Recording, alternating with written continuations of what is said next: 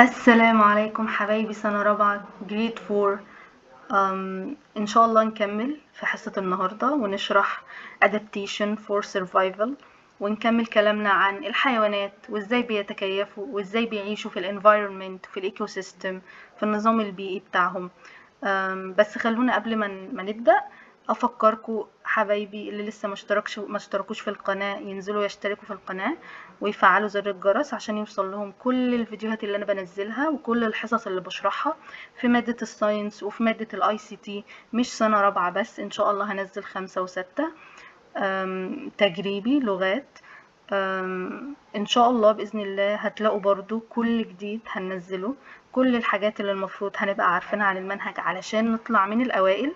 هنزلها لكم أول بأول. تعالوا كده نكمل شرحنا النهاردة. طبعا أنا معاكم مين؟ أنا معاكم دكتور شيماء لبيب. أنا بشرح لكم مادة الساينس والاي سي تي. طيب هناخد الحيوانات بولار بير اند براون بير وبلاك بير. عن كل حيوان يا ولاد المفروض هناخد زي ما انا بعمل لكم كده، هناخد الهابيتات بتاعته والادابتيشن بتاعه. الهابيتات المكان اللي بيعيشوا فيه، والادابتيشن التكيف اللي عنده في جسمه. خلاص، طبعا عندنا زي ما انتم شايفين في الصور كل حيوان شبه المكان اللي بيعيش فيه، شبه الانفايرمنت او الايكو سيستم اللي بيعيش فيه. مركزين معايا؟ طيب لما الحيوان يبقى شبه المكان اللي بيعيش فيه يبقى هو بيعمل ايه؟ بيعمل ادابتيشن، بيعمل نوع من أنواع التكيف هناخده كمان شوية اسمه كاموفلاج. تعالوا كده نكمل ونشوف البولار بير. البولار بير بيعيش في مكان اسمه ايه يا ولاد؟ اسمه Arctic region. Arctic region or polar region. يعني Arctic region يعني القارة القطبية الشمالية، وهننزل لها تحت دلوقتي ونشوفها تحت في الكلمات وأنا بشرح في كتاب المعاصر. تحت كل صفحة هنلاقي الكلمات اللي موجودة في الصفحة بالترجمة بتاعتها. تمام. وكمان هناخد Arctic region means polar region، هما نفس المعنى. يعني انت لو افتكرت Arctic region هتكتبها، لو افتكرت polar region هتكتبها. تعالوا ننزل مع بعض نشوف. اهي الكلمات اهي. Arctic region اللي هي منطقة القطب الشمالي اللي موجودة في الشمال من الكرة الأرضية. بيعيش فيها حيوان حلو قوي ولونه حلو قوي، لونه أبيض. اسمه ايه؟ اسمه بولار بير. طيب انت يا بولار بير عندك ايه في جسمك؟ ها، عندك ايه؟ انت شايف ايه؟ انت شايف لونك ايه؟ انا شايف لوني أبيض. خلاص، يبقى هو لونه ايه؟ white and thick fur. عنده الفرو بتاعه سميك thick and white أبيض. خلاص. في الحالة دي بقى أنا هشرح لكم سؤال لازم هيجيلكوا في الامتحان. سؤال اسمه ايه يا ولاد؟ سؤال اسمه give reason. give reason معناها ايه؟ معناها علل، معناها اذكر السبب. وفي حالة البولار بير عنده سؤالين بيجي عليه، ايه هما؟ ليه هو لونه ابيض؟ وليه هو ايه الفرو بتاعه سميك؟ يبقى ليه البولار بير عنده فرو لونه وايت فير؟ خلوني كده اكتب معاكم. هنيجي عند كلمة وايت فير، اكتبوا معايا يلا في الكتاب. هنكتب عندها اختصار give reason، هنختصرها في حرفين G capital R capital. يبقى انا لما بشرح لكم كده وبقول لكم يا ولاد اكتبوا لي give reason تعرفوا من نفسكم ان معناها give reason. ولما يجي لي السؤال ده ويقول لي give reason polar bear has white fur، ليه البولار بير عنده فرو لونه ابيض؟ ها، ليه يا ولاد؟ برافو عليك.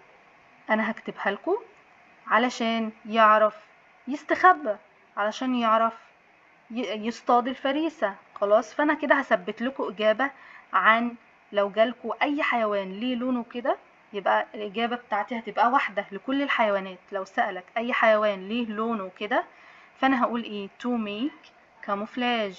يبقى to make camouflage معناها ايه يا ولاد؟ معناها علشان يعرف يستخبى، وكاموفلاج بيجي معاها الفيرب make. تمام. طب يا مس هل ممكن يبقى في إجابة تانية للسؤال ده؟ ايه هو؟ هكتب to hide and blend in with the environment، علشان يعرف يستخبى ويمتزج مع البيئة اللي هو عايش فيها. تاني، يبقى الإجابتين دول ينفعوا إجابة لأي سؤال على أي حيوان هيسأل فيه ليه لونه كده. خلاص. طب يا مس، هو في إجابة تالتة؟ في إجابة تالتة. إيه هي؟ الإجابة التالتة مكتوبة عندنا في الكتاب. هي إيه؟ قبل ما نروح للإجابة التالتة أنا ممكن أقول لكم حاجة تانية. ممكن أقول لكم لما نيجي نكتب blend in with the environment، أنت شاطر وممتاز وعارف الحيوان ده بيعيش فين، فأنا هعلم كده على كلمة environment، هشيلها خالص وهكتب المكان اللي بيعيش فيه، اللي هو إيه؟ مثلا البولار بير بيعيش في السنو مثلا. خلاص. وعندنا فيرب تاني مهم جدا اسمه sneak up، يعني يتسلل أو ينقض على. دي إجابة تانية يا ولاد للسؤال ده. فأنا هقول to sneak up on its prey، علشان يعرف يتسلل وينقض على الفريسة. تمام. يبقى أنا عندي هنا إيه؟ 3 إجابات للسؤال ده. خلاص. لو سألني على الألوان هنيجي بقى لتاني سؤال. هيسألني give reason ليه البولار بير عنده thick fur. ليه البولار بير عنده فرو سميك؟ ليه؟ برافو عليكم. ليه؟ علشان يعرف يتدفى، لأنه عايش في مكان برد. يبقى أنا هقول إيه؟ to stay warm، علشان يعرف يتدفى، عشان يبقى دافئا. أو هقول، ممكن أقول إجابة تانية يا مس؟ قول. انت شاطر وبتعرف تعبر بالانجليزي. to keep its body warm، علشان برضو يخلي جسمه ايه؟ دافي. يبقى دول اجابتين يا ولاد، اللي يعجبكم فيهم اكتبوهم ويبقوا الاتنين صح. تمام. فهمنا كده البولار بير. اعتقد كده الاجابه واضحه قوي. يبقى احنا ثبتنا ليه بنسال عن الالوان، ثبتنا لها 3 اجابات. اكتب اللي فيهم، بس انا بفضل to make camouflage و to hide and blend in with the environment. نروح للبراون بير والبلاك بير. طيب عايزين نعرف الهابيتات ايه يا ولاد؟ بيعيشوا فين؟ بيعيشوا في الفورستس، في الغابات. كمان عندهم ايه في جسمهم؟ لون فروهم داكن. داكن يعني غامق. يعني ايه يا مس؟ يعني الالوان الغامقه، بني، اسود. تعالوا بقى عند دارك فير ونكتب ايه؟ برافو عليك، ونكتب give reason. يا ترى ليه بقى؟ اجابتها هتبقى ايه؟ ها. يا مس، انت لسه قايله لنا لو سأل على الالوان هنكتب الإجابة اللي انت مثبتها لنا to make camouflage or to hide and blend in with the environment. ممكن نشيل كلمة environment ونكتب ايه؟ to hide and blend in with the ايه؟ with the forests or among the trees. اللي انتوا عايزينه اكتبوه في الإجابة دي، بس أنا مثبتة لكم كده إجابتين. تمام. يبقى أنا عندي هنا خلاص فهمنا الفرق ما بين البولار بير والبراون بير والبلاك بير. فهمنا خلاص يا مس. طب تعالوا ندخل على اللي بعد كده. هناخد ايه؟ الله، ايه الالوان الحلوة دي يا مس؟ هناخد حيوان اسمه كاراكال. كاراكال. وهناخد حيوان اسمه فينيك فوكس. فينيك فوكس. يبقى انا عندي كاراكال and فينيك فوكس. الحيوانين دول تعالوا نشوفهم. تحت في اخر الصفحة هتلاقوا الكلمات. هنعلم على كاراكال وكلمة بلند اللي أنا لسه كاتباها لكم في الإجابة، مهمة جدا وبيجي بعدها البريبوزيشن ان، فنعرفها معناها يندمج أو يمتزج. وبرضه هنعلم على فينيك فوكس، ثعلب الفينك. وهنعلم على ايه تاني يا مس؟ هنعلم على سنيك اب، يعني يتسلل أو ينقض على. كلمة هايد أهي، الاستخبى، اللي أنا لسه ايه كاتباها لكم فوق. طيب تعالوا بقى للكاراكال والفينيك فوكس. ملاحظين عندهم ايه يا ولاد؟ ودانهم طويلة يا مس. اي مكان صحراء في حيوانات، بيبقى الحيوانات ودانها طويلة. ليه؟ علشان الجو هناك حر، فيعرفوا يبردوا جسمهم. طيب الحيوانين دول بيعيشوا فين؟ بيعيشوا في الديزرت، في الصحراء يا مس. برافو عليكم. يبقى انا الحيوانين دول اسمهم ايه؟ كاراكال and فينيك فوكس. طيب لون جسمهم ايه يا مس؟ عندهم فرو لونه لون الرملة، او لون اسمه تان، يعني لون الشمس كده، لون ذهبي. sandy colored fur or tan colored fur. اللي يعجبك فيهم احفظهم، sandy or tan، الاتنين صح. هنكتب عندهم give reason gr ليه هما لونهم كده. اجابتك ايه؟ خلاص يا مس بقى، ما احنا زهقنا من الإجابة اللي احنا حافظينها. to make camouflage or to hide and blend in with the ايه؟ with the desert or with the environment. تعالوا ندخل على الحيوان اللي بعد كده. desert lizard. والديزرت lizard معناها سحلية الصحراء. زي ما انتوا شايفين ليها ألوان اهي. خلاص. الخربشة اللي على جسمها دي يا ولاد والألوان اللي على جسمها دي اسمها ايه؟ اسمها colorful scales. colorful scales، حراشيف ملونة. خلاص. وبتعيش فين الحيوان ده؟ بتعيش في الديزرت. طيب هنيجي برضو عند colorful scales وهنكتب give reason، وسكيلز انا علمتلكوا عليها تحت في الكلمات اهي، اسمها حراشيف. خلاص تعالوا نكتب عندها give reason. يلا قولولي ليه سحلية الصحراء عندها حراشيف ملونة؟ يا مس ده كلمة ملونة اهي، يبقى بيسألني على اللون، يبقى انا هقول ايه؟ برافو عليك. ويبقى to make camouflage or to hide and blend in among the colorful rocks. يبقى هي بتستخبى بين الصخور، ناخد بالنا من المعلومة دي. تمام، يبقى الديزرت lizard بتستخبى فين؟ بين الصخور الملونة زي ما انتوا شايفينها في الصورة كده، فعشان كده هي عندها colorful scales. تعالوا ندخل بعد كده في مصطلح جديد يا ولاد. بيعملوا، مش كل الحيوانات بتعمله بعض الحيوانات. اسمه ايه المصطلح ده؟ اسمه كاموفلاج. كاموفلاج. كاموفلاج يعني ايه كاموفلاج؟ يعني التخفي. طيب هناخد تعريفه يا مس. هناخد تعريف كاموفلاج. معناها ايه؟ معناها التخفي. والتعريف بتاعها ده نوع من انواع الاسئله اللي بتجيلكوا في الامتحان، اسمه write the scientific term. write the scientific term معناها اكتب المصطلح العلمي. خلاص كده، اكتب ايه؟ المصطلح العلمي. وفي اكتب المصطلح العلمي يا ولاد بتاع كاموفلاج هنعرفها ازاي؟ قالك ده type of adaptation، زي ما انا معلمه لكم كده، نوع من انواع التكيف اللي بعض الحيوانات بتعمله علشان hide معناها تستخبى. ومين اللي بيعمل الكلام ده؟ يا اما predators يا اما prey. predators يعني ايه يا مس؟ يعني المفترسين، يعني اللي بياكلوا. طب يعني ايه prey يا مس؟ يعني الضحيه. عشان يعرفوا ايه؟ blend in، عشان يعرفوا يمتزجوا. يبقى انا اول ما اشوف تعريف في حيوانات بتستخبى، حيوانات دي predators or preys، وكلمة blend in وكلمة hide، يبقى ده تعريف مين؟ يبقى ده تعريف التخفي أو camouflage. تعالوا نعرف كلمة predators تعريفها ايه و prey تعريفها ايه. زي ما انتوا شايفين في الصورة، أنا عندي حيوان كبير بياكل حيوان صغير. الحيوان الكبير ده اسمه ايه يا ولاد؟ اسمه مفترس. مفترس يعني predator. خلاص كده. والحيوان الصغير ده يا ولاد اسمه prey، يعني فريسة أو ضحية. طبعا زي ما انتوا شايفين ان البريديتور is an animal، ده حيوان that hunt or eat، يعني بيصطاد وبياكل. خلاص كده، هيصطاد وهياكل، يبقى انت اسمك بريديتور، مفترس. خلاص، يبقى انا بعرفه بالفيرب ايه؟ بفيرب hunt or eat. خلاص كده، يبقى ده تعريف كلمة predator. طيب اما كلمة prey بعرفها بايه يا مس؟ ده الضحية او الفريسة بيجي معاها is hunted or is eaten. برافو عليك. is hunted مبنية للمجهول، معناها يتم اصطياده، or is eaten يعني بيتاكل يا ولاد. خلاص، يبقى احنا كده عرفنا الافعال اللي بتيجي مع prey، او التعبير الكلمة اللي بيجي مع prey وبيجي مع predator، وعرفنا الفرق ما بينهم. predator يعني مفترس، prey يعني ضحية او فريسة. خلاص كده يا ولاد، تعالوا تحت نعلم على الكلمات دي. predator و prey. predator مفترس، prey فريسة او ضحية. كمان هنعلم على كلمة ايه؟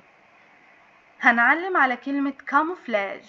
camouflage خلاص يعني التمويه او التخفي. تمام كده.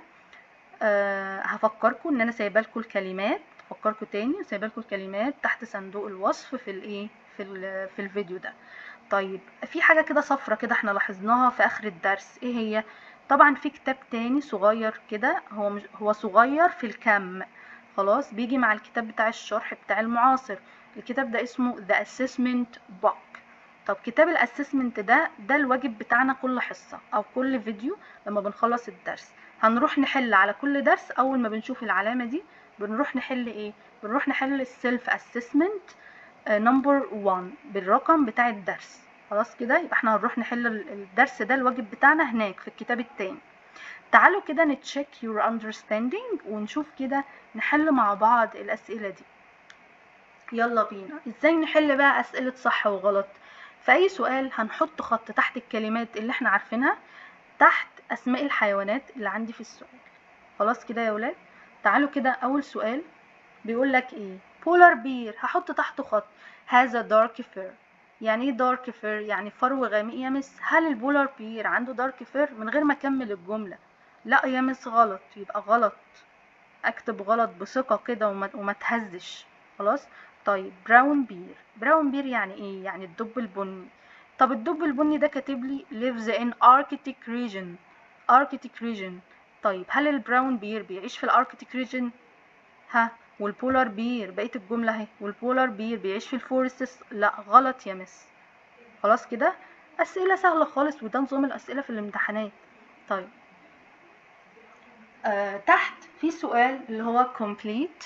الكومبليت ده بنكمل بكلمة أو كلمتين مش أكتر من كده. طيب بيقولي فينيك فوكس عنده has a colored fur. عنده ايه علشان يعرف بلند ان يستخبى في الديزرت؟ عنده ايه؟ هما كلمتين يا مس، مفيش تالت ليهم. يا اما هكتب ايه يا اما هكتب ايه. لون الفرو بتاعهم ايه؟ يا اما هكتب ساندي يا اما هكتب ايه. ها، برافو، يا اما هكتب تان. يبقى انا يا اما ساندي يا اما تان. خلاص. طيب نيجي للسؤال اللي بعد كده. بيقول لك ايه في السؤال اللي بعد كده؟ the type of adaptation that some animals use to hide from their predators or their prey is known as. طيب adaptation تكيف. ها، لسه قاريين الجملة دي. تكيف بعض الحيوانات بتعمله، hide اهي تستخبى، predators or their prey. ده تعريف مين يا ولاد؟ فكروا كده.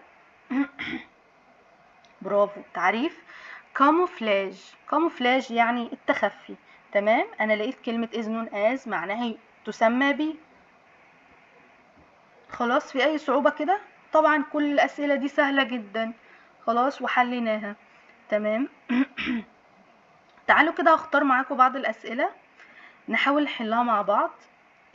يعني ايه، هقول لكم ازاي بتتحل. تمام.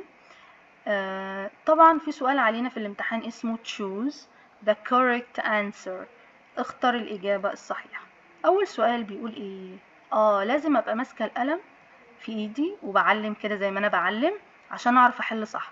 الستار الأجمع cool keeps cool during a hot sunny day in desert by ايه؟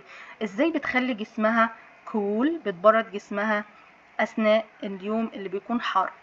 بنحل ازاي يا مس السؤال ده؟ بنيجي على كل اختيار نشوف هو صح ولا غلط. لو صح هكتب صح جنبه، لو غلط هعمل غلط جنبه. خلاص. طيب eating green vegetables، هل بتعمل كده عشان تبرد جسمها؟ لا يا مس دي غلط. طيب ايه تاني؟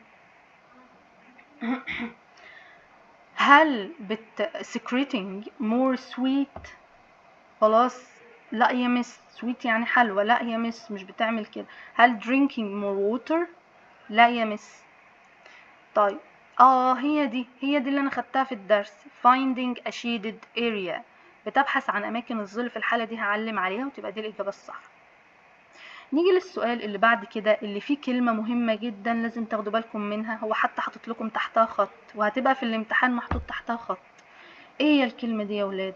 كلمة except. except معناها ما عدا. ما عدا، كأن انا بقول لك كده انت كلت ايه النهارده؟ فانت كلت كذا وكذا وكذا، بس يا مثلا ما بحبش كذا وما كلتوش، يبقى هو اللي انت ما حبيتوش ده اللي انا عايزه اعرفه. ماشي. يبقى هو بيقول لي adaptation helps the living organism in all the following character. كل اللي عندي في الاختيارات ده الادابتيشن بيساعد الكائن الحي ان هو يعمله. ما عدا مين؟ ما عدا مين اللي مالوش علاقة بالادابتيشن وما ما بيخليش الكائن الحي يعمله. خلاص. يبقى انا هاجي ازاي احل بقى باكسبت؟ هروح اعلم على كاني مش شايفه اكسبت دي خالص، وهروح اعلم على الجمله زي ما هي. يعني هروح اشوف مين اللي الادابتيشن بيخلي الحيوانات تعمل ايه، يعني الحيوانات بتعمل ايه من خلال الادابتيشن. فانا لقيت اول اختيار surviving. خلاص كده هروح عند surviving، لقيت كلمة surviving. يعني ايه surviving؟ ده من verb survive اللي احنا خدناه في الكلمات، يعني يعيش. هل الادابتيشن بتخلي الحيوانات تعيش؟ يبقى صح. بتخليهم يستخبوا، يعرفوا يستخبوا hiding. yes صح. طيب هل reproduction يعني التكاثر جاية من كلمة reproduce، ده الفيرب بتاعها. بتعرف تخليهم يتكاثروا يا مس. طيب يبقى مين بقى اللي ملوش علاقة بالادابتيشن؟ death. death معناها الوفاة او الموت. هل الادابتيشن بيخلي الكائن الحي يموت؟ لا. انا بقى عايزه ده ما عدا مين؟ ما عدا مين اللي ملوش علاقه بالادابتيشن؟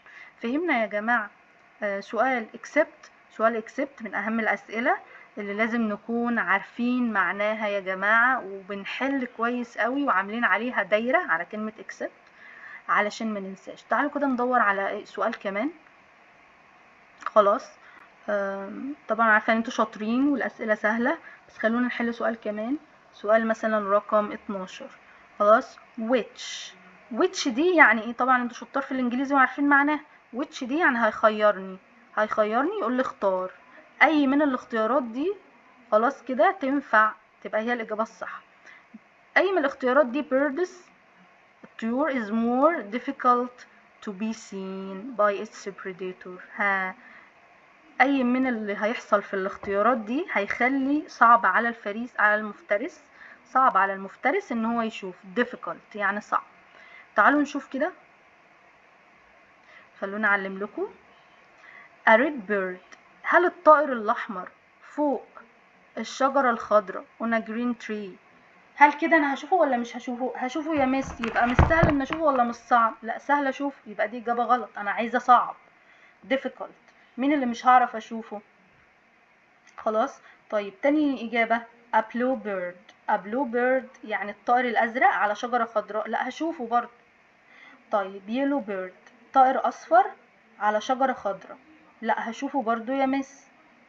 طيب مين بقى؟ مين؟ الإجابة number D a green bird on a green tree طائر لونه أخضر على شجرة لونها إيه؟ خضرة. يبقى بيعمل كاموفلاج يا مس. يبقى صعب إن أنا أشوفه، صعب إن الفريسة تشوفه، صعب إن المفترس يشوفه. خلاص. تعالوا بقى نحل إيه؟ سؤال الأعمدة. هعرفكم بس ازاي نحلها. طبعا الأعمدة دي هركز على ايه؟ عندي كلمة animals. خلاص. هركز ايه الحيوانات اللي عندي. هختار لها من العمود التاني الادابتيشن التكيف، واختار لها بعد كده من العمود نمبر سي ليه هي عندها الحاجة دي. خلاص. يبقى البنجوين مثلا نمبر 1 هختار لها من الايه؟ من العمود بتاع الادابتيشن. هختار لها ايه؟ البنجوين يا ترى عنده ايه من دول؟ هل هو عنده has thick layer of fat and dense feathers؟ يا مس. يبقى انا هاخده كده الاجابه دي بس بالرقم بتاعها، باللتر بتاعها. اللتر بتاعها سي سمول. خلاص كده هكتب زي ما هو اللتر، وهعلم على السؤال على الاجابه دي ان انا خدتها خلاص. ماشي. طيب نروح للعمود اللي بعد كده. يا ترى ليه بقى؟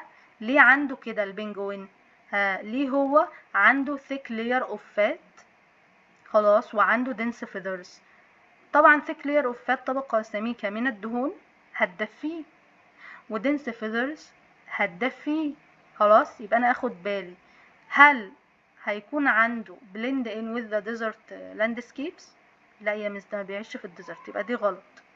طيب هل هيعرف يستخبى among the trees؟ لا. طب افكر بقى في number A capital و B capital اللي هو stay warm and hide from breeze و keep its body warm. يا ترى انا هختار ايه؟ طبعا الفات والدنس فيذرز الاتنين بيخلوهم يتدفوا. انا ماليش علاقه بنمبر ايه خالص اللي هو stay warm and hide دي معناها ان هو بيقول على الالوان، وstay warm دي معناها ان هو يتدفى. فانا ايه؟ ما ينفعش اختار الاجابه دي. امال انا هختار ايه؟ هختار ايه؟ برافو. هروح اختار من العمود الاخير ده لان هو عنده فات وعنده دنس فيذرز الاتنين يا ولاد بيدفوا البنجون. يبقى ملوش علاقة بان هو يستخبى. فانا هروح اختار رقم بي اللي هو keep its body warm. تمام. هنروح ناخدها كده ونكتب B capital. تعالوا ناخدها كده ونكتبها B capital. برافو عليك. طيب ناخد الحيوان التاني اللي هو الكاراكال. الكاراكال اللي هو القط البري او القط المصري. تعالوا كده نشوف. رقم 2 هناخد لها ايه من العمود اللي هو اسمه adaptation؟ هناخد لها دي. برافو عليكم. has sandy colored fur. طيب ليه عنده بقى sandy colored fur يا ولاد؟ الكاراكال بيعيش فين؟ في الديزرت اللي احنا لسه قاريينها. يبقى انا كده هاخد لها الاجابة رقم سي كابيتال. خلاص. طيب تعالوا معايا رقم 3. 3 بيقول لي براون بير. البراون بير عنده ايه؟ ها، برافو، دارك فير. دارك فير، هكتب لتر اي سمول. طيب يا ترى اللي عنده دارك فير يا ولاد؟ ها، دارك فير لون اهو، لون عشان يعرف يستخبى، يبقى hide among trees when it hunts. يبقى دي كابيتال. خلاص. تعالوا بقى لاخر حيوان عندنا، بولار بير. طيب هي دي بس اللي باقيه، يعني هي دي بس اللي باقيه، فهتاكد بقى ان انا اخترت صح منين، من اخر اختيار ده. اللي باقي لنا ايه؟ اللي باقي لنا ان البولار بير عنده نمبر بي، دي اللي انا لسه ما اخترتهاش، هات thick white fur. طب يا ترى ليه؟ thick عشان يبقى stay warm، white علشان ايه؟ يعرف يستخبى. يبقى هي دي الاجابه الصح، هكتب ايه كابيتال. اتمنى ان انتوا تكونوا كده فهمتوا الجدول ازاي بيتحل بالراحه خالص وبكل بساطه. تعالوا نحل سؤال مثلا صح وغلط. تعالوا كده نشوف ازاي بيتحل يا ولاد. ها، The desert lizard، سحلية الصحراء. مالها سحلية الصحراء؟ ها، blend in. خلاص، يبقى انا هحط خط تحت desert lizard. ماشي. ها، blend in with large green trees. هل الديزرت lizard سحلية الصحراء كانت بتستخبى على الاشجار الخضراء الكبيرة؟ ها، فكروا كده على الاشجار الخضراء الكبيره. هي الديزرت ليزرد بتعيش فين؟ من اسمها في الديزرت، في الصحراء. هل ليها علاقه باللارج جرين تريز؟ ها، فكروا كده. طيب ما تيجي يا جماعه نرجع للدرس. تعالوا كده نشوف، نفتكر في الدرس ايه اللي حصل.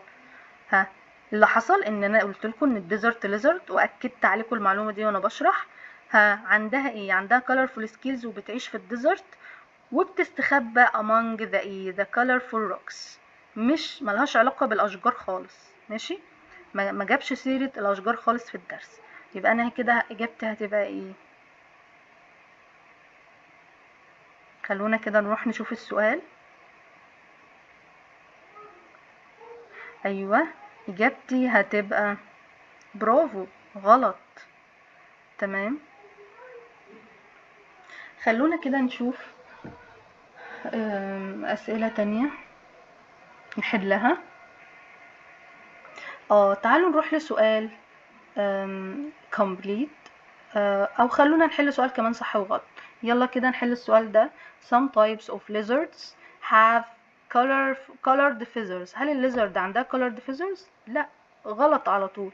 طيب تعالوا نشوف ازاي نحل الاسئله دي. بناخد الكلمه نحطها في مكانها الفاضي ونعلم عليها عشان ما ننساش ونرجع ناخدها تاني.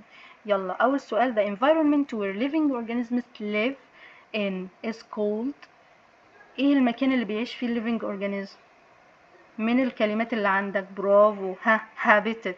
باخد الكلمة احطها مكانها. ماشي، انا برقم علشان انا بقى بشرح لكم، لكن في الامتحان بناخد الكلمة نحطها في مكانها، نكتبها في مكانها. طيب السؤال اللي بعد كده. السؤال اللي بعد كده بيقول لنا ايه؟ ناخد بالنا في فرق ما بين كلمة habitat وفي فرق ما بين كلمة ecosystem او environment. الايكوسيستم طبعا انا اديتها لكم في اول حصة، ده المكان اللي بيعيش فيه living organisms وال non living things، الاشياء الغير حية والكائنات الحية. في الحالة دي كنت هكتب ايكوسيستم، هي مش عندي اصلا في الكلمات. فهمتوا؟ طيب an animal that hunts and eats. hunt و eat معناها ايه يا ولاد؟ hunt و eat معناها ان ده predator، برافو عليك، ان ده مفترس. ماشي. طيب ايه بقى الحيوان اللي is hunted و is eaten، يعني اللي بيتاكل وبيتم اصطياده؟ ايه هو الحيوان ده؟ الضحية، prey. يبقى انا هكتب هنا prey.